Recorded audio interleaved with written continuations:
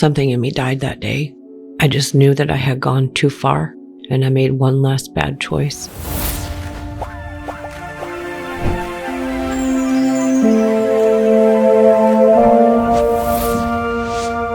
As a little girl, I didn't really know what it meant to have a father or a quote-unquote normal family. I was raised by a single mom who worked hard and went to college and did everything she could to raise my little sister and I. My mom wasn't a Christian when we were young. In years ahead, I would experience sexual molestation and assault. I was probably around 3 or 4. Was thrown down in the back alley by a strange man who proceeded to try to assault me, but was interrupted by my mom yelling from the house, "Jenn, come home," and he ran off. I laid there and cried, and my mom came and found me. We called the police, and they proceeded to check and examine me, but found no signs of actual molestation. That being the first incident, the trauma really left an impact on me. Somewhat of my innocence had been stolen by that encounter. It wasn't long after that that my mom had left us with a babysitter while she was at school or work or both. And I remember the maintenance man for this property inappropriately touching me. I can recall a few instances where I just felt so sick and uncomfortable. Because of that feeling, I knew something was wrong, and I took my little sister by the hand and I put all of our stuff in a bag, and we walked out that door, and I found my way to my grandparents' house. I kept her safe, and I ran away from him, and I look back and see how God protected me from these assaults because they could have been so much worse.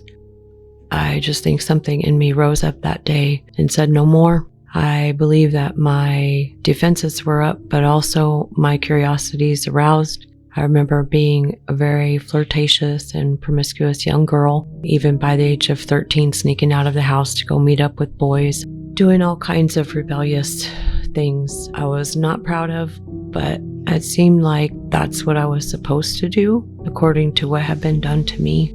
Somehow the love from the boys felt good, even though it wasn't right kind of love. I realized now I was desperately seeking wholeness and value and worth. I wanted to be wanted. I had found a boyfriend in the meantime, and he was about 23. I was 14 at the time, and I wound up getting pregnant. I remember having to tell my mom that. She very bluntly told me that she was not prepared to be a grandma and that I needed to find somewhere else to live as soon as possible. And so I moved in with my 23-year-old boyfriend, which did not last long once he found out I was pregnant. He wanted me to have an abortion, which is something I was not willing to do at all. And after making a visit to a home for pregnant teens called The Lighthouse in Kansas City, I watched a video about abortion and the truth of what God said about this child in my womb. And I knew I had to do the right thing and keep the baby, even though it was going to be hard and seemingly I was going to lose even more than my mom and my family. Now the boyfriend I thought I loved was going to be gone too. But I chose to keep her. And I had her when I was 16. This beautiful little child brought so much joy into my life, but I had no parenting skills. I had gone from being an out-of-control teenager to now a mom, and I did my best to take care of her, but I was lonely and desperate for someone. I had a fantasy, I think, in my mind of what a family would look like. Started reaching out to an ex-boyfriend from junior high. We were dating, talking on the phone for hours, and it was just like old times. But not really. He said that he would take my daughter in as his own and treat us well. But the one thing I hadn't taken into consideration was that he had never changed. I went through the pregnancy. I had this young baby. I really wanted to do right, but he was dealing drugs and drinking and had a tendency for violence. He was very much known as a bully. And even though we were together in this family type setting, it was not family like at all. He was abusive and verbally and physically assaulted me. I joined him in the drinking and the smoking pot, and boy, before you knew it, we were just fighting like cats and dogs. My young daughter was around all this, and I tried several times to leave and go back to my grandparents, and I would always go back to him and his apologies, thinking that somehow things were going to be better. But remember, I come from a distorted background of family and brokenness, and so I really didn't have the idea of what it would look like to be normal, nor did I have any parenting skills. And so we stayed together, and I wound up marrying him, having another baby. I started going to church with some friends, mostly friends of my husband, but they had invited us, and so we went to a vineyard church, and I had never encountered God in such a powerful and intimate way as I did there. During my time at the vineyard, I gave my life back to the Lord, and now He took everything I had done and did away with it and gave me this brand new lease on life of being used by Him, filled with His presence and walking in this power of God.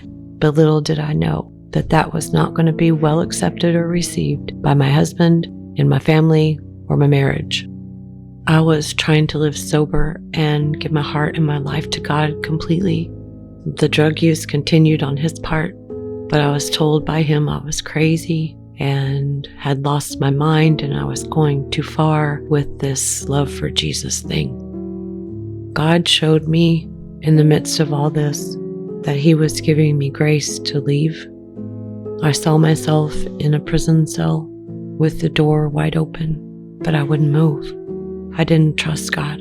I thought that I could fix Him, and so I stayed in the relationship knowing I should have left. If I could go back and change that, I would. I would have taken God at His word and walked away with my kids and never looked back, knowing that I could wholeheartedly trust God. But trust was an issue in my life. I didn't trust men. I didn't trust my mom at the time. I didn't trust love. I just didn't trust. Staying with him when I knew I should have left was disobedience and a lack of trust. I hadn't had enough experience with God, although what I had experienced should have been enough to trust Him. And so I stayed in the relationship, and it wound up costing me everything. I stayed for several more years and wound up having another daughter, but the arguing and the abuse and drinking and drugs just got worse. Before you knew it, he was dealing cocaine and bringing drugs home, and we were living in what felt like a gangster movie. I knew it was wrong, and I was tired of it all. Somewhere deep inside, I thought that I could fix him and fix this, and that it would all work out, but that was a lie. It was a deception. One day, I was in my bedroom, and I saw a bowl of marijuana laying on the counter, and so I reached over to grab it.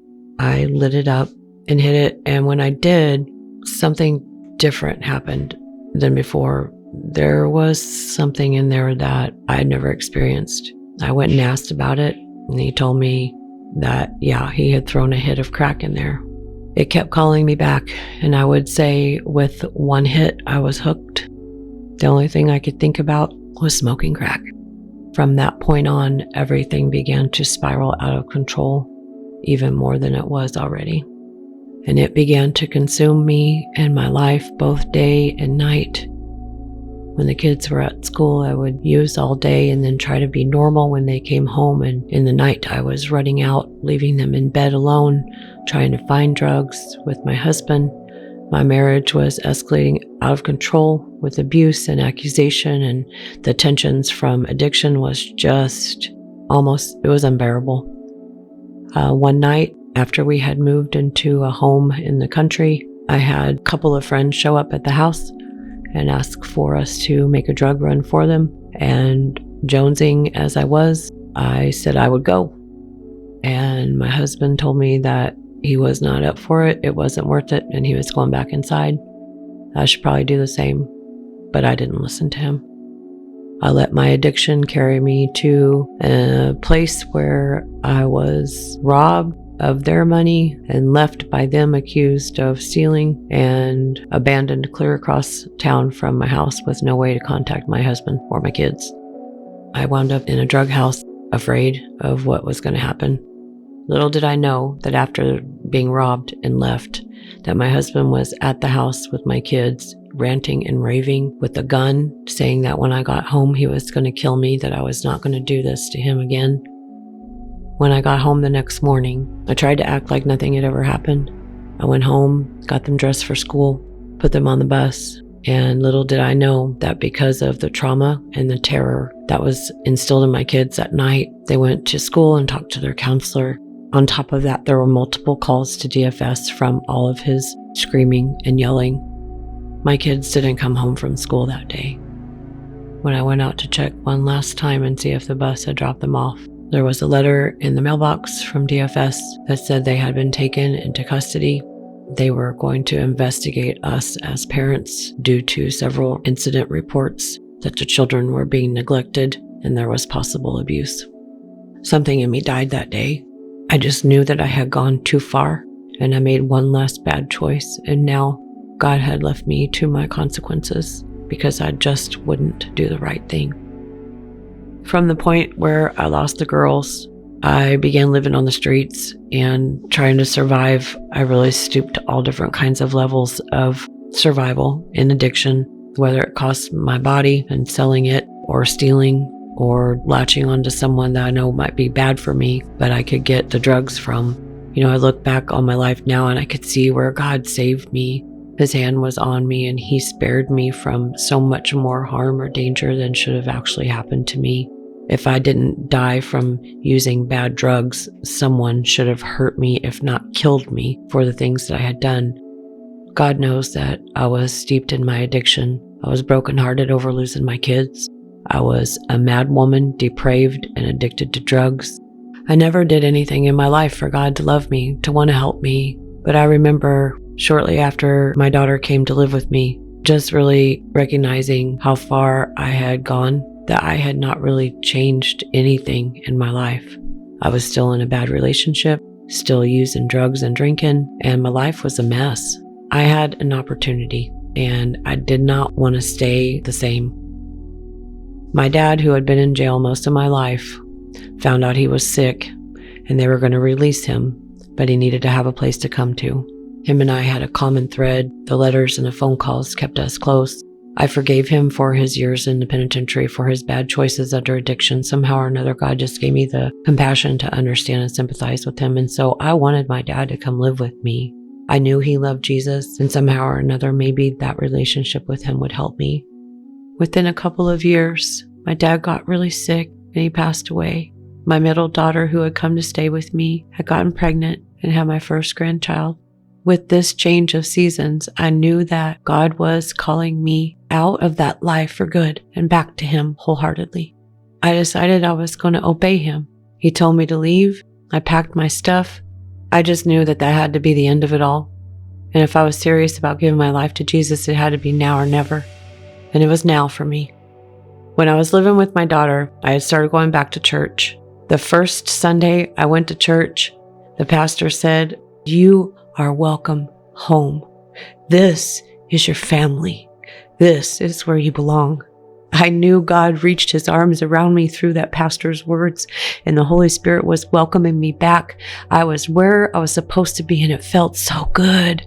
I just couldn't believe, after everything that had been so wrong, that in seeking out God and obeying him, that a step at a time, he was leading me into recovery and deliverance. And even though it had taken some time, it was happening. I was beginning to live sober and find family. And I just found so much strength and support and love in this new church family. My kids and I were developing good relationships. I have my granddaughter, and my other two daughters and I were now talking, and they recognized that there was some real changes happening.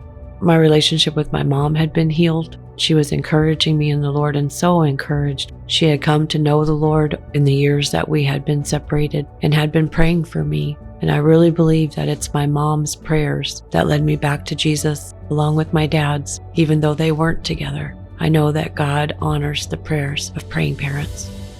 I tell you all these things because I want you to know that for this very reason, I was shown mercy, so that in me, the worst of sinners, Jesus might display his immense patience as an example for those who would believe in him and receive eternal life. Jesus is real, and his promise of redemption stands forever to those who would believe in him. He's calling you today. I know that he is. And I pray that you'd hear his voice and answer, yes, Lord, just like I did. Whatever sin is in your life, or compromise, or pain, or shame, regret of things that you have, maybe it's addiction too. Maybe it's abuse from your past. Maybe it's things that you've done. But I know that all of us fall short of the glory of God. There is not one person who is without sin. All our sin was put on Jesus. He bore it because he loves us. And now I truly know it because I've experienced it. And his love for me has catapulted me into my destiny, and I am beginning to fulfill the plan and divine call and purpose for my life. Today I can see that God is bringing beauty from the ashes of my life, and everything that I went through, he's using it for the good because I love him. I tell you this story because I want to see you succeed, and God's plan and purposes for your life be fulfilled, so your divine destiny is met